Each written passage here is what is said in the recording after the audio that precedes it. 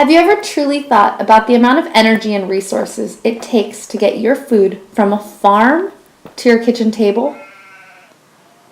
Well, the average American uses about 2.7 tons of CO2 just from the foods they eat.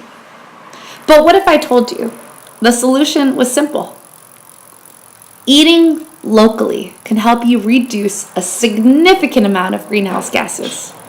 This is my 2-week local eating challenge in hopes to encourage and inspire people to grow their own food, to share, and to cultivate community. Enjoy. Now, normally I eat pretty locally. I'm a farmer, so I grow about 70% of my own food. But during this time, I was encouraged to do a 2-week challenge that encouraged me to do heavy weight training. I was introduced to a woman named Irma Sandoval who recommended a specific diet, a diet high in protein, vegetables, and very little sugar. The results were astounding. I was using 185.33 kilograms of carbon every 2 weeks of her diet recommendation. Now, this may not seem like a lot, but if I were to eat that way in a year, that would result to 5.25 tons of CO2 emissions a year. Part of being able to eat locally is finding what it is that's available to you. So I'm coming to one of my favorite trees right here that is mulberry season, and I love mulberries, so I come and harvest from it while it's going off every few days or so, and I'll store the berries in my freezer and make smoothies or oatmeal. But I just want you guys to see how abundant this tree is. Let's see if I could flip this camera around.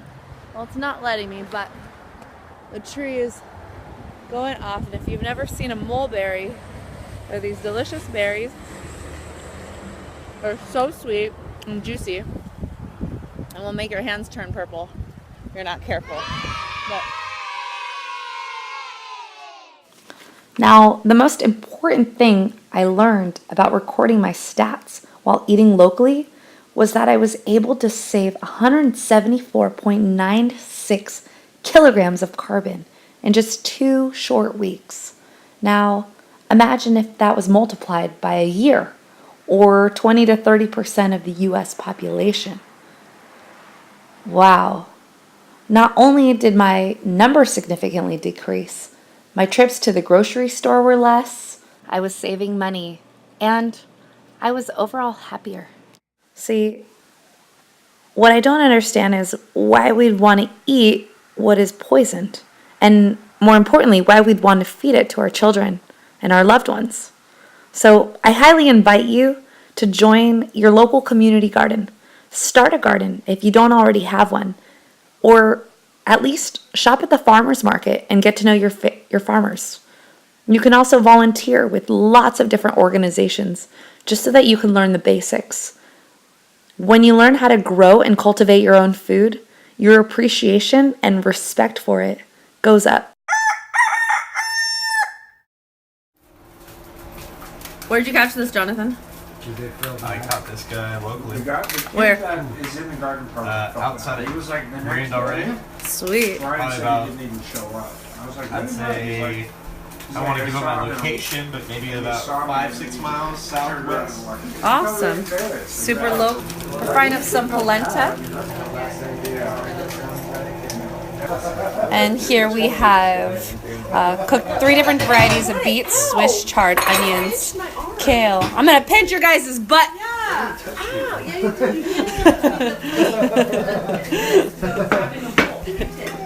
As you can see, eating locally is anything but boring. I highly recommend you get growing.